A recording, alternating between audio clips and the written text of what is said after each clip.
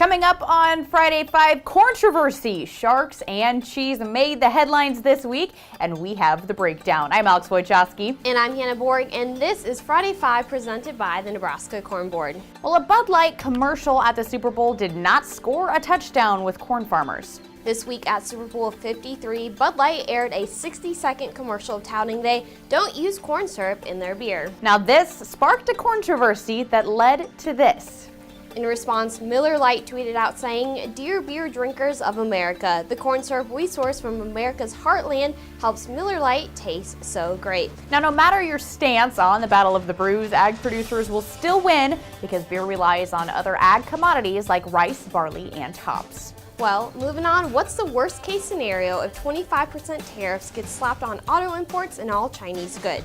Many folks have been wondering the same thing. Ag group Tariffs Hurt the Heartland conducted a study, and this is what they came up with.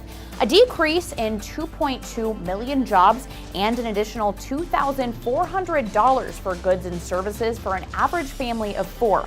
That's what the U.S. economy could face if the trade war picks up again in March, when a temporary truce between the countries expires. Well, in a few moments, we'll tell you why cheese enthusiasts will live longer. But first, an ag policy this week.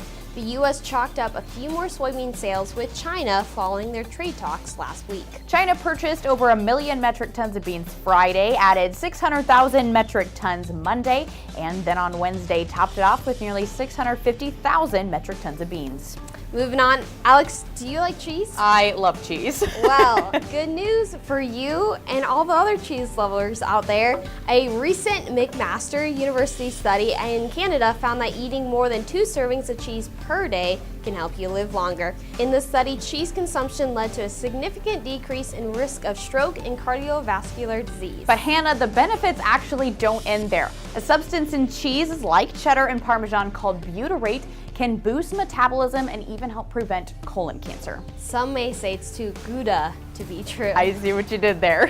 Well, would you believe me if I said sharks are coming to Lincoln, Nebraska? I might be a little hesitant about that one. You better believe it, because ABC's Shark Tank is coming to Lincoln April 5th and 6th. The Engler Agribusiness Entrepreneurship Program at the University of Nebraska-Lincoln is hosting an open casting call for the popular show.